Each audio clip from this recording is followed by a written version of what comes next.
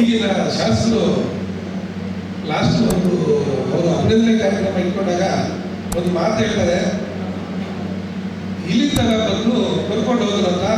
ದಯವಿಟ್ಟು ಶಾಸ್ತ್ರ ನೀವು ಹುಡುಗಿ ತಗೊಳ್ರಿ. ನಾವು ಇಲ್ಲಿ ತರ ಬಂದು ಎಲ್ಲರೂ ಹೊಡ್ಕೊಂಡು ಹೋಗ್ಲಿಲ್ಲ.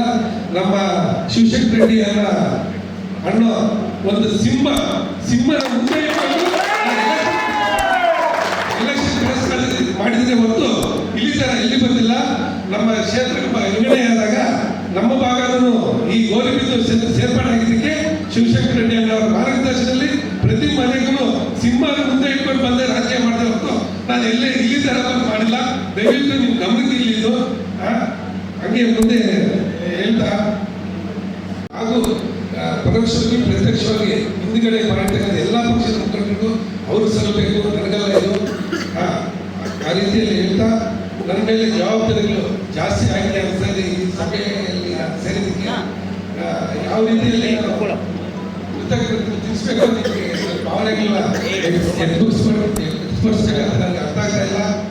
ಯಾಕಂದ್ರೆ ಎಲ್ಲರೂ ಮಾತಾಡಿದ ನೋಡಿದ್ರೆ ತುಂಬಾ ಜವಾಬ್ದಾರಿ ನನಗೆ ಹೆಗ್ಲೇರಿದೆ ಅನಿಸ್ತಾ ಇದೆ. ಶಿವಶಂಕರ್ ರೆಡ್ಡಿ ಅವರ ಮಾರ್ಗದರ್ಶನದಲ್ಲಿ ಈ ತಾಲೂಕಲ್ಲಿ ಅವರು ಒಂದು ವಿಷಯವನ್ನು ಕನಸಿಟ್ಕೊಂಡಿದ್ದಾರೆ. ಉದ್ಯೋಗ ಸೃಷ್ಟಿ ಆಗಬೇಕು. ಮೊದಲು ಕೊಟ್ಟವರು ಸ್ವಲ್ಪ ಕೆಲಸಗಳು ಅಚ್ಚುಕಟ್ಟಾಗಿ ಮಾಡಿಲ್ಲ.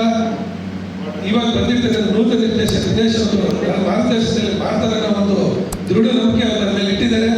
ಆ ನಂಬಿಕೆನ ನಾನು ಹುಸಿ ಮಾರ್ಗ ಉಳಿಸ್ಕೊಂಡು ಹೋಗ್ತೀನಿ ಅಂತ ಅವರು ಮಾತು ಕೊಡ್ತಾ RRS ನ್ಯೂಸ್ ಗೌರಿಬಿದನೂರು ವರದಿ.